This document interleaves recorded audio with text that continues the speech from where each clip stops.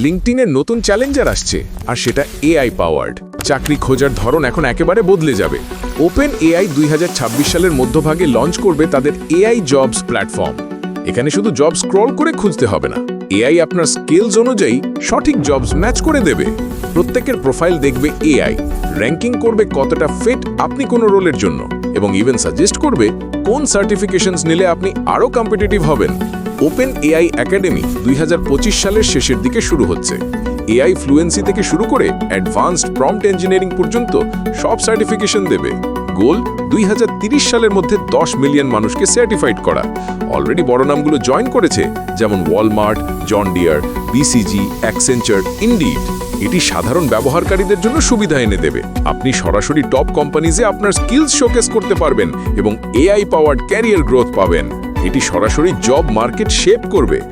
Comment করুন, আপনি কি এআইকে বিশ্বাস করবেন আপনার নেক্সট জব ফাইন্ড করতে?